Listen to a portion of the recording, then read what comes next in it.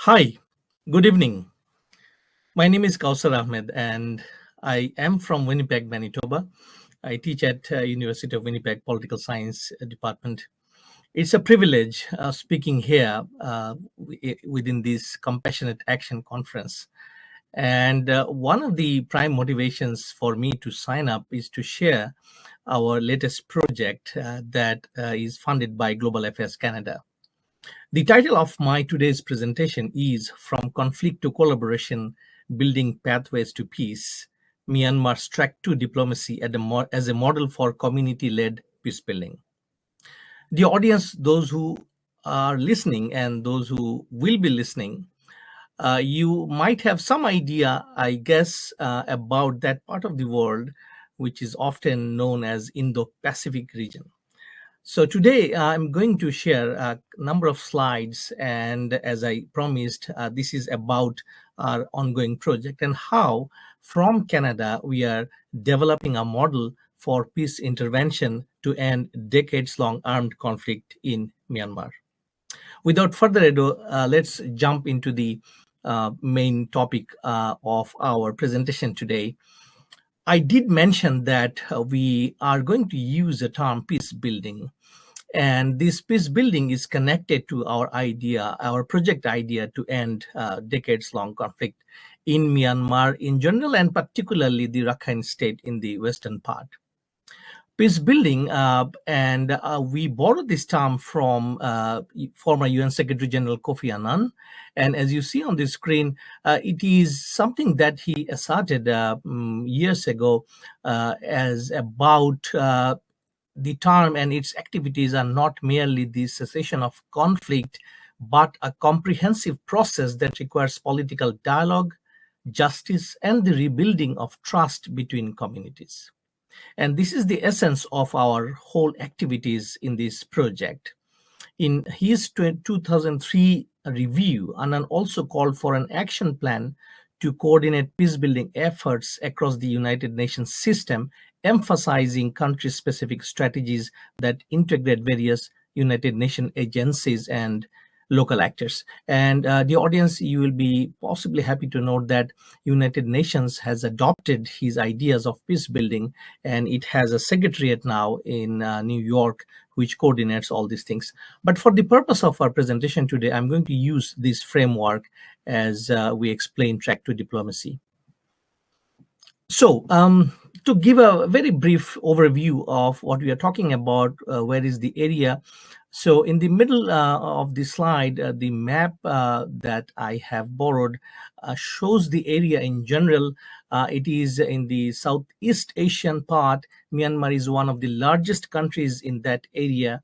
And we are absolutely focused and interested in the western part, which is painted in green, and it is called in Myanmar language Rakhine, but in its traditional, or let's say colonial term, is also known as Arakan.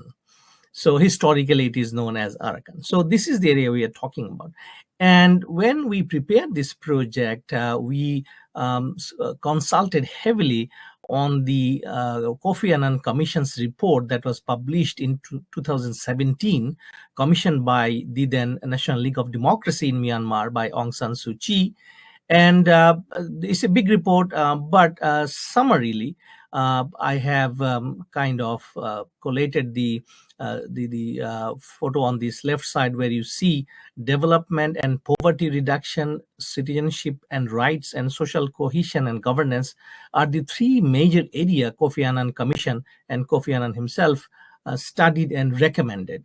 So this is the basis of our idea of peace building through Track to Diplomacy. Track to Diplomacy is possibly less known in outside the academia and little known in the policy circle, but not much known because we don't have too many examples. Nonetheless, Track to Diplomacy actually complement formal peace processes, and this is what we are trying to look into this project. And we have a couple of things in mind. As you see on the screen, we are going to test how it can complement the track one. Track one means state to state, very top down, and when multiple states or bilaterally or multilaterally engage in negotiation for conflict resolution. What lessons does Myanmar's experience offer for global conflict resilience, and can a Marshall Plan for Peace model amplify local efforts? So these are the main ideas we are going to explore in this particular project. And Marshall Plan is, again, possibly you are aware, very much used and implemented after Second World War in Europe. So in this slide, I'm showing you about track two diplomacy and why we are relevant here, and why we think that this project might bring the end of the conflict. So I was trying to explain that track two is basically informal, non-state dialogues involving civil societies, academics, and mid-level leaders in the community. So it is about the middle ground, the people involved, stakeholders involved in the middle ground negotiation. Why Myanmar? You might also ask. Well, I have research interest in that area. I come from some part of that world, but essentially, with regards to Myanmar, as many of you might not be aware, since its birth in 48, is enormous conflict going on and on. And Myanmar as a state, possibly at some point, I would say that has failed to address the ethno-religious divide in its country. ASEAN, the regional association for East Asian nations, also failed to resolve the conflict. And of course, we don't see any international initiative per se addressing this conflict. With regards to contrasting track one and two, we would say that track two is much flexible, trust-based, and address root causes of the conflict. And our data and research shows that 70% of Myanmar's local conflict actually require local mediation, not track one top-down things. Couple of examples just for your information. The famous one is on the left side in my screen is Oslo Peace Process. As you see, Israel and Palestine at that point in time, 1993, signed off. And the right one in my screen is Aceh Peace Process. Many of you might not be aware again, but for your information, this is one of the successful track to diplomacy in Southeast Asia, resolving decades-long conflict in Indonesian province of Aceh. So in terms of Myanmar, you also might be wondering that why the state of Myanmar has they taken any initiative to resolve conflict?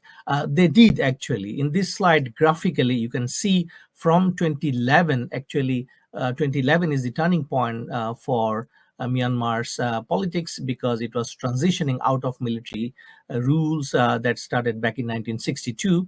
At that time, Aung San Suu Kyi came into focus, and afterwards, in 2015, she came into power. But from 2011 onward, we do see peace process began, and NCA, with all these ethnic armed organizations, there are more than 21 ethnic armed organizations fighting for their self-determination in Myanmar since 1948.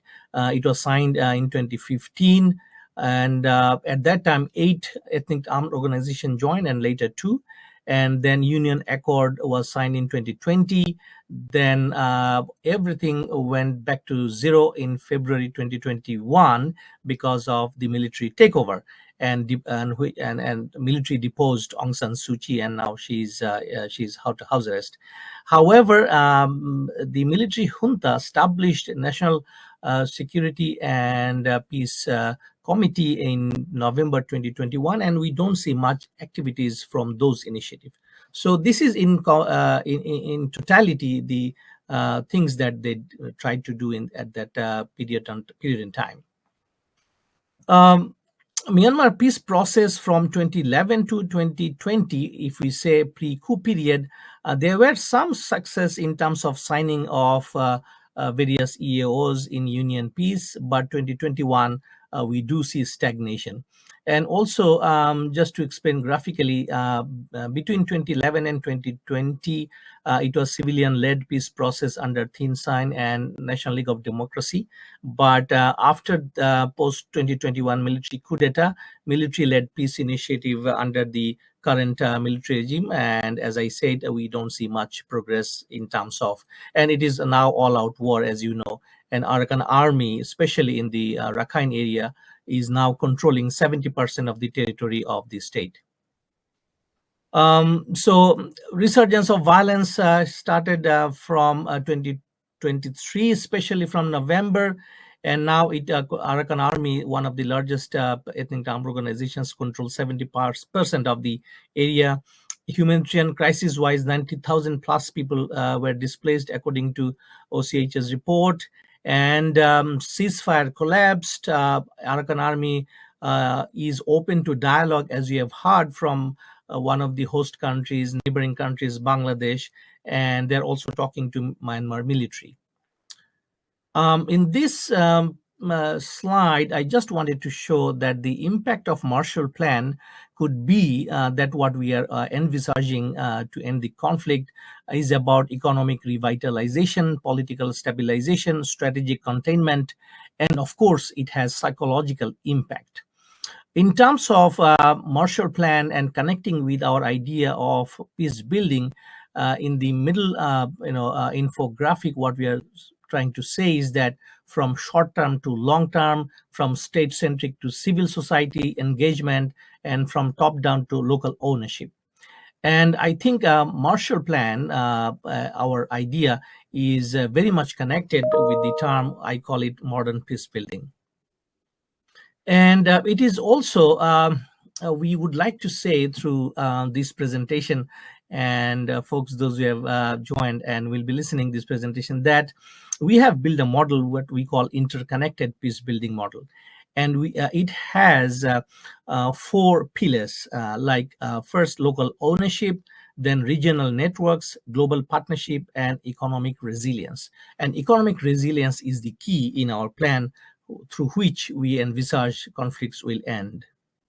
Well, there are a lot of challenges. Of course, fragmentation of many of these ethno-political groups still exist, and there's hardly any initiatives taken after 2021 military coup d'etat.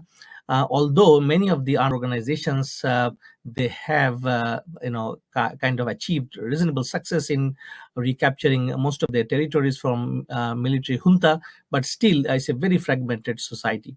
And of course, in the Marshall Plan, we need a lot of money.